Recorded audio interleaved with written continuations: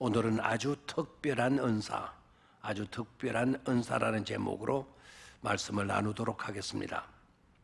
우리가 함께 볼 본문의 말씀은 누가복음 6장 37절의 말씀입니다. 우리 다 같이 함께 보도록 하겠습니다. 비판하지 말라. 그리하면 너희가 비판을 받지 않을 것이요, 정죄하지 말라. 그리하면 너희가 정죄를 받지 않을 것이요, 용서하라. 그리하면 너희가 용서를 받을 것이요. 아멘.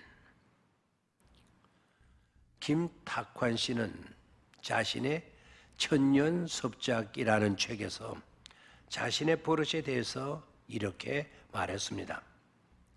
한때 저는 어떤 책을 읽거나 영화를 볼 때마다 그 작품에서 잘못된 부분을 찾아내는 아주 나쁜 버릇이 있었습니다. 잘못 표기된 글자, 문장을 찾아내어 지적하는 것이 마치 똑똑한 지식인의 표상인 듯 말하고 행동하였지요. 그러나 약점 없는 삶이 없듯 약점 없는 작품이 어디 있겠습니까?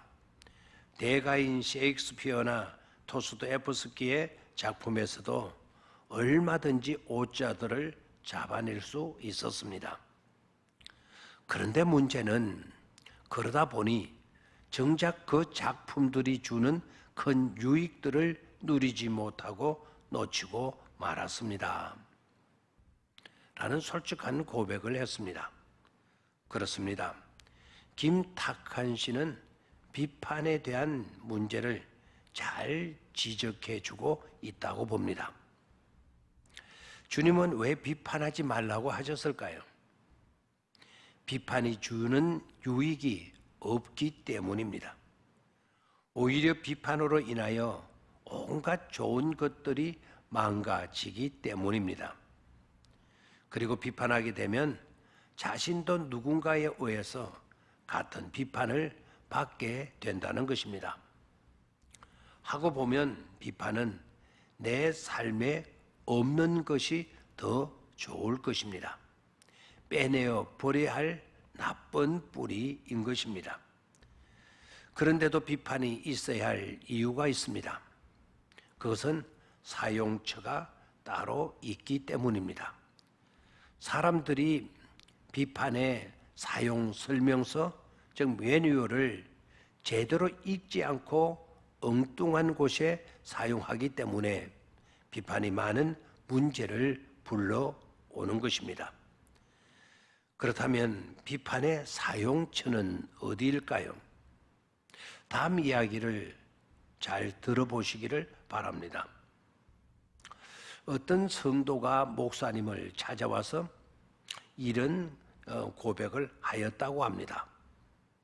목사님, 저는 은사가 꼭 하나밖에 없어서 쓰임 받는 인생을 살아갈 수가 없을 것 같습니다.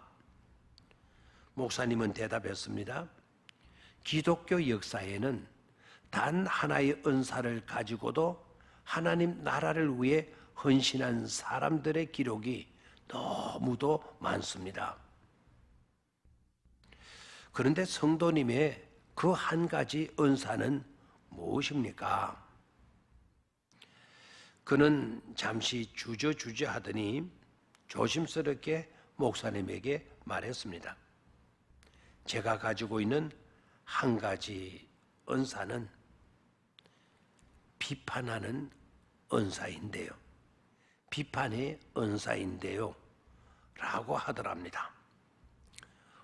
외의 답변에 목사님도 놀랐지만 이내 평온을 되찾고 부드러운 목소리로 이렇게 권면을 하였습니다. 그렇군요. 아주 특별한 은사를 가지셨군요. 그렇지만 저는 그 은사도 하나님 나라를 위해 유익하게 쓰여질 수 있다고 생각합니다.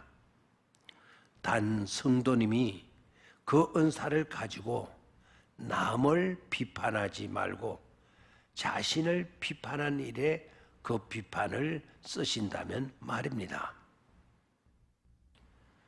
이 세상에서 가장 쉬운 일이 있다면 남의 약점을 지적하고 남을 비판하는 일일 것입니다. 반면에 이 세상에서 가장 어려운 일이 있다면 자신을 돌아보는 일일 것입니다. 우리 앞에 놓여 있는 넓은 문과 좁은 문 가운데 우리가 선택하고 걸어야 할 길이 어떤 길인지를 주님은 산상수훈에서 말씀하셨습니다. 반석 위에 집을 세우는 지혜로운 자가 되라고 말입니다.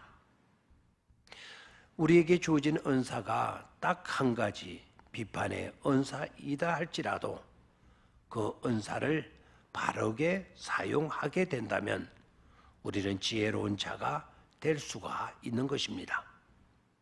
그 목사님의 지혜로운 답변처럼 남에게 비판의 은사를 사용하지 말고 자기 자신에게만 그 비판의 은사를 사용하면 말입니다. 오늘의 묵상의 말씀 다시 한번 봅니다. 누가복음 6장 37절의 말씀. 비판하지 말라. 그리하면 너희가 비판을 받지 않을 것이요. 정죄하지 말라.